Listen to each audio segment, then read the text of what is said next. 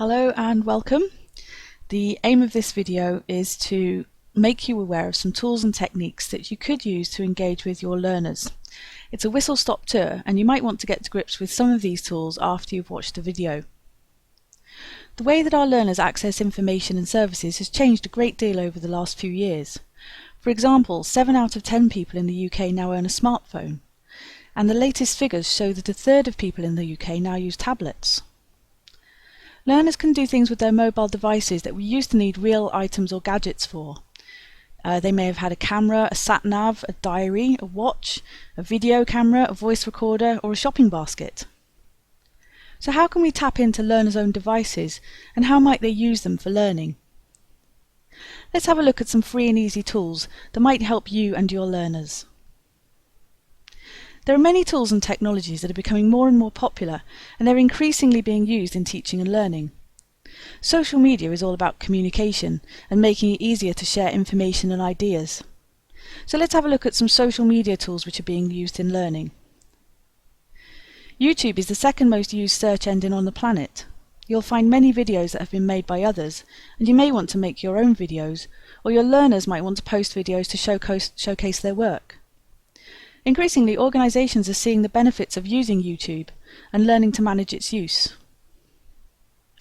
Sharing photos can be a wonderful way of making the learning process more engaging and creative.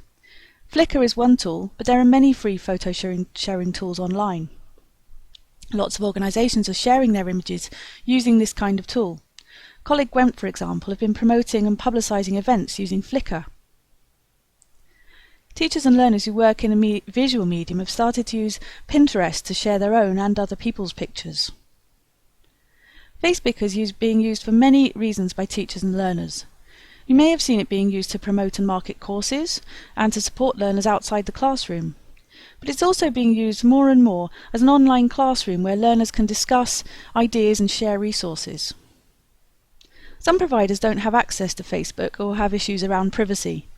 Yammer is a tool which can be used instead of Facebook if people prefer a private environment.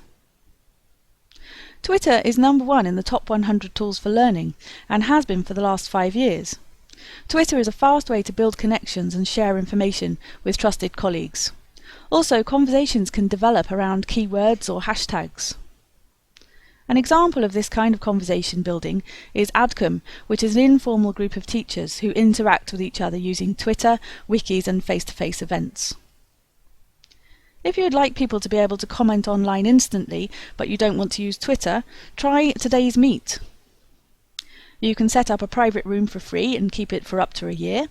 People can only type 140 characters like Twitter, and you can cut and paste and keep the messages in a document.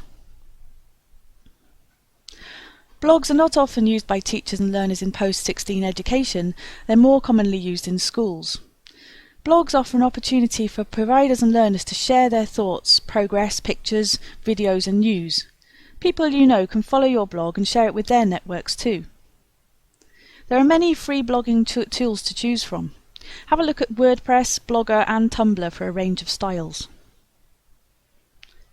There are some other tools I would like to have a look at with you. Some of these might help you to organise your work or to work with other people more effectively. Think of Dropbox as an online filing cabinet that you have the keys to. You can share those keys with colleagues so they can access documents, files, photos and videos that you want them to see or edit. Is there anything that Google can't do? As a small example, you can search the web, share your Google Calendar, share and work on documents simultaneously. You can use Google Circles to set up social networks and Hangouts to hold online video meetings. Check out all the other free applications that Google offers. Another tool which is similar to Google Hangouts is Skype. You may have used this to talk to friends and family for free around the world. But have you thought about using it for teaching and learning? Perhaps your learners might like to use it to communicate outside class time, for example. Have you tried using QR codes? They're like barcodes, and you can use the free app on your smartphone to scan them and go to websites. You can generate QR codes for free, and there are lots of websites to choose from. Try putting QR codes on your paper resources, posters, newsletters, t-shirts or buildings. So we've looked at some free and easy tools and technologies that you might find useful when engaging with your learners. But remember, you and your learners need digital literacy skills to be able to use these tools. You and your learners need to know how to access these tools and technologies safely and wisely. Jisc services can give you advice, guidance and support. Jisc RSC Wales can help you with your next steps.